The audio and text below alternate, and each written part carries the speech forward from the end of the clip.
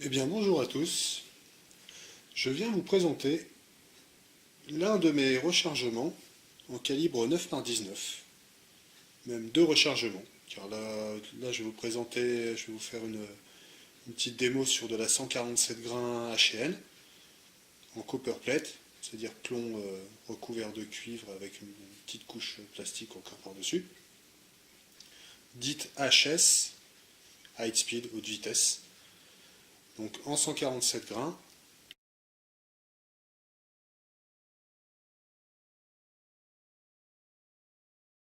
Et sinon, je vais vous faire montrer aussi les dosages que j'utilise pour de la 124 grains.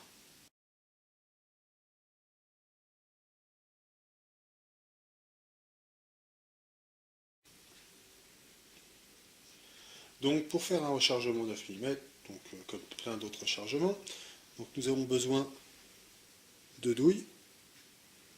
Donc celle-ci, c'est une douille Geco, déjà tirée une fois, donc recalibrée entièrement. Donc recalibrée entièrement parce que dans toute arme semi-automatique, à chaque fois quand on recharge, on utilise des douilles où l'on fait un recalibrage complet, à l'inverse des douilles utilisées pour les armes à verrou, où là on peut faire un partiel, voire juste un recalibrage au niveau du collet, pour que la douille en fait prenne bien la forme de la chambre. Mais en arme semi-automatique, on ne fait pas ça en fait. On fait un recalibrage complet, total. Donc cette arme a été nettoyée, réamorcée.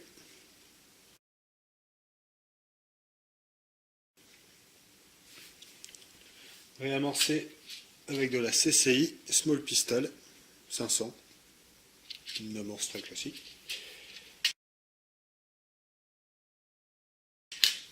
Donc nous avons besoin d'une douille amorcée. Nous aurons besoin bien sûr de poudre. Donc là nous allons faire un rechargement de visuel et je vous donnerai les doses pour notre rechargement 124 grains en poudre A0. Donc d'une balance. Donc celle-ci elle est précision au millième, mais au centième cela suffit largement. D'une boîte d'outils. Alors ceci ce sont des outils lits, vu que moi c'est une presse lit que j'ai. Alors personnellement, je ne vais pas vous les dire en anglais, parce que alors, moi et l'anglais, on n'est pas très copains. Donc là, grossièrement, vous avez un évaseur de douille. Là, vous avez le recalibreur intégral avec l'aiguille de désamorçage. Les deux actions seront en même temps. Et là, vous avez l'enfonceur d'ogive. Alors tout ça en anglais, hein, les pros de l'anglais. Et bien sûr, le shareholder pour glisser la douille sur la presse.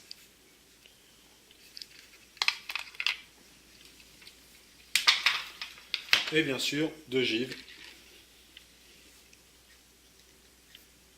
Celles-ci sont des HN Hollow Point.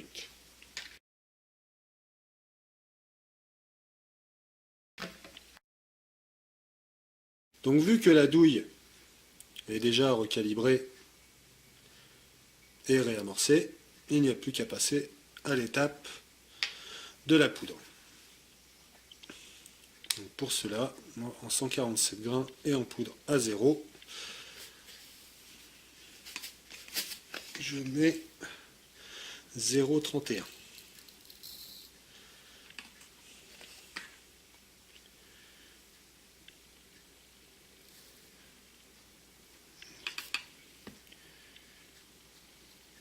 Au millième, surtout, on se rend compte que il ne faut pas beaucoup de poudre. Alors moi, souvent, je m'arrête, vous voyez, là, ça 311, 312. Bon, là, je vais essayer de la faire très précise, très précise. Voilà, moi, je vais laisser là, parce que bon, après, je vais pas retirer 3 grains encore. Donc 0,311 grammes de poudre, le petit entonnoir,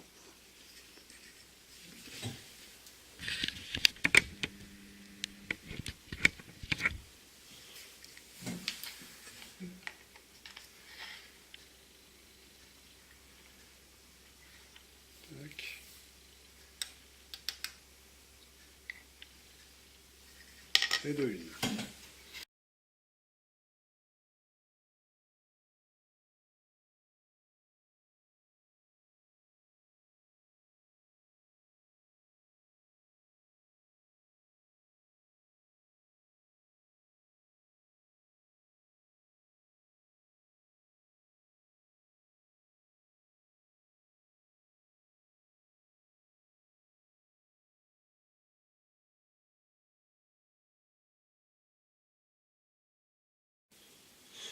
Et bien maintenant, nous voici à la presse.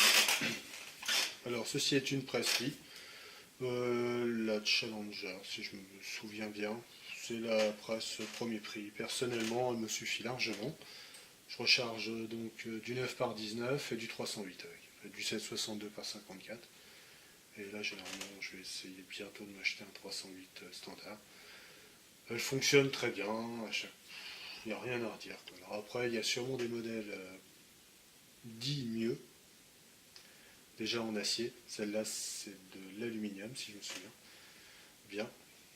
En acier, ça doit être plus solide, mais ça doit être nettement plus utilisé pour les calibres Magnum, qui ont des douilles plus longues.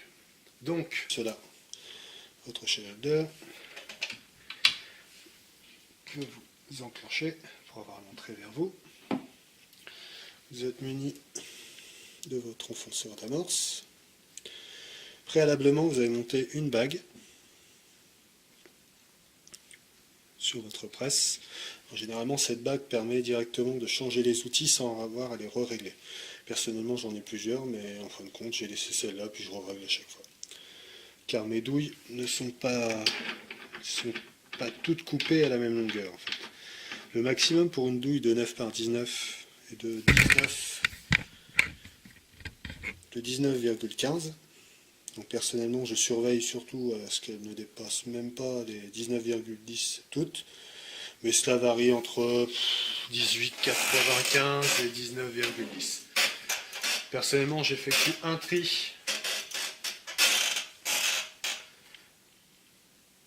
Celles qui sont au-dessus de 19 et celles qui sont en dessous. Et voilà, je trouve que c'est déjà pas mal. Donc pour régler l'enfonceur d'amorce, vous mettez votre douille avec la poudre. Vous montez le bélier à fond. Là, il est embuté. Ça convient très bien moi, avec ma petite table. Et là, je vise tout doucement jusqu'à temps que je touche la douille.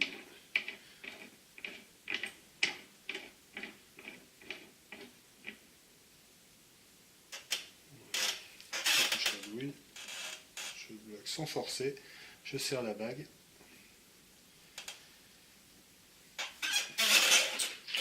Je redescends le bélier. Je mets... C'est pas facile en fait avec la caméra pour essayer de faire mon ogive dessus. Je monte doucement, je la laisse entrer et j'appuie. Donc quand vous faites un réglage au départ, en fait elle ne fait pas du tout la bonne longueur. Donc moi personnellement je vais les faire. Là vous voyez en fait elle est juste enfoncée un tout petit peu. Donc on va la remonter à peu près jusqu'ici. Pour qu'elle fasse 28,65.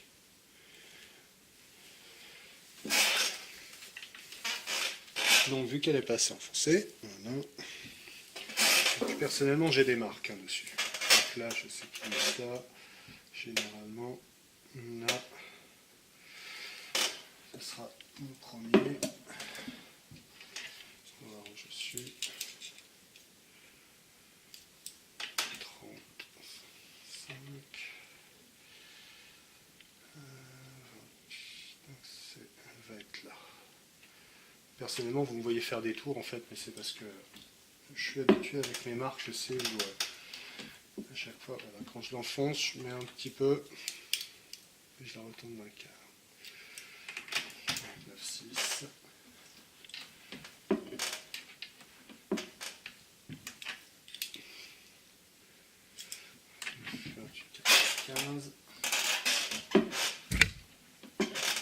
Vous me direz peut-être que j'ai une petite table, mais en fait, effectivement, elle est toute petite. Et chez moi, je n'ai pas beaucoup de place pour un grand atelier de rechargement, donc je me contente de ce que j'ai. J'ai ma petite table, ma petite presse, franchement ça fonctionne très bien. Voilà. Donc là je vais bien jusqu'à mes 28.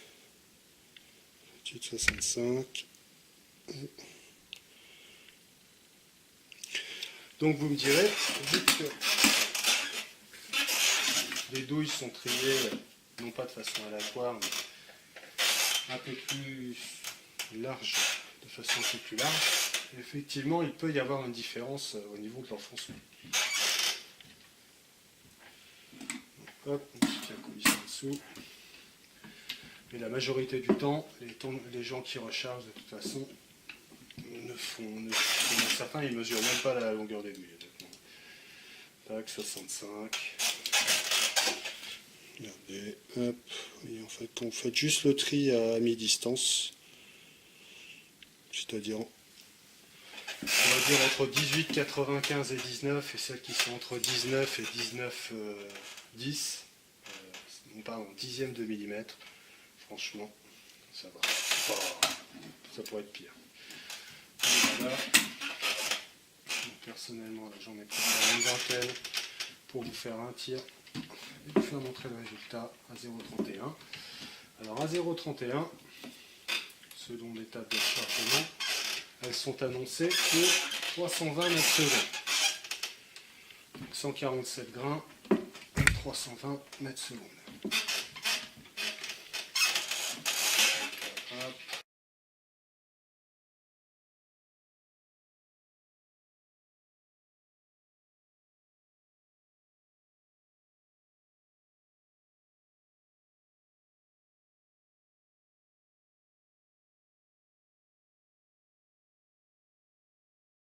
Donc maintenant un léger sertissage, donc je bloque, je dévisse mon enfonceur de givre, pour pas que ça renfonce encore plus le givre, je le bloque, je déverrouille, je dévisse un peu, il n'a pas bougé, mais maintenant il peut bouger, il est mobile, je fais un quart de tour et je le refixe,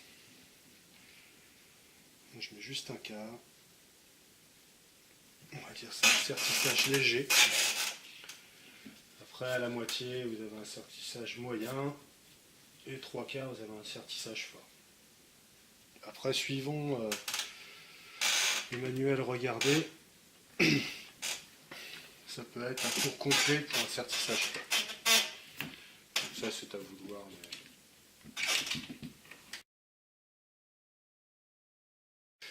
Et voilà, nos munitions sont terminées.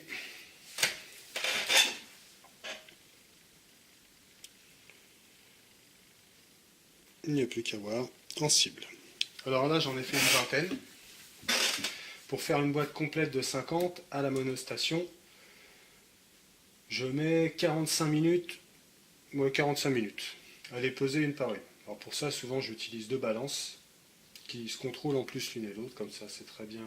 Je suis sûr de ne pas déconner à un moment. Par exemple, je mets 45 minutes en partant d'une douille déjà nettoyée et amorcée. Après, si vous voulez faire toute l'opération complète, prendre une douille non amorcée, l'amorcer, mettre la poudre et ainsi de suite, ça va être un peu plus long.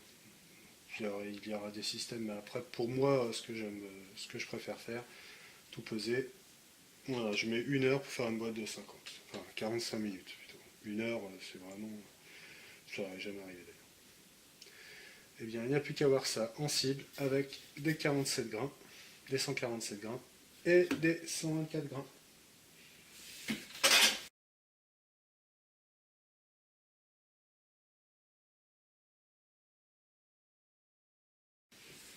Eh bien, bonjour à tous. Donc, je vous présente 2-3 résultats de munitions rechargées en 9 par 19. Alors, premier carton. Donc là, en rose, les 145 grains. Bon, après, elle tire beaucoup plus haut. Mais bon, donc là, vous en avez que 5. Je ne tire pas beaucoup à chaque fois. Et en bleu, vous avez les 125 grains. Ce qui fait un groupement relativement correct. De toute façon, je vais vous faire montrer ça en gros plan avec les mesures.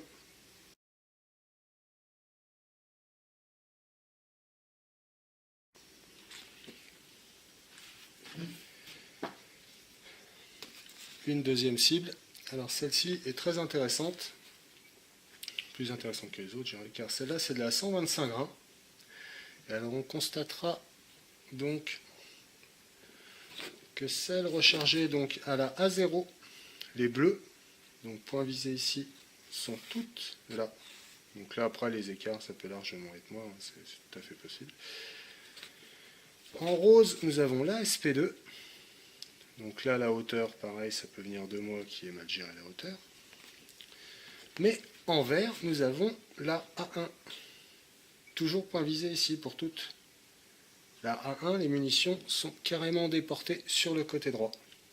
Et vous en avez même qui est hors cible, j'ai mis une petite flèche. Comme la SP2, il y en a qui est un petit peu plus bas. J'ai problème de hauteur avec la SP2 et problème sur les latéraux avec la A1. Le groupement est pas mal pour la A1, mais bon, ça s'étale quand même pas mal, et surtout sur le côté. Le mieux, c'est la A0.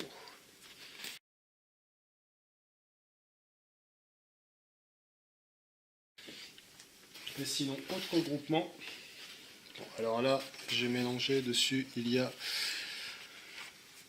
de la Cellier Bello standard et de la rechargée. Donc la seule chose qui est intéressante pour vous, pour la recharger, ce sera juste tout ce qui est en or. Par exemple là il y en a 1, 2, 3, il y en a 4. Donc 1, 2, 3, 4, 5, 6, 7, 8, 9, 10. La majorité tiennent largement le 9, sauf une qui m'est échappée.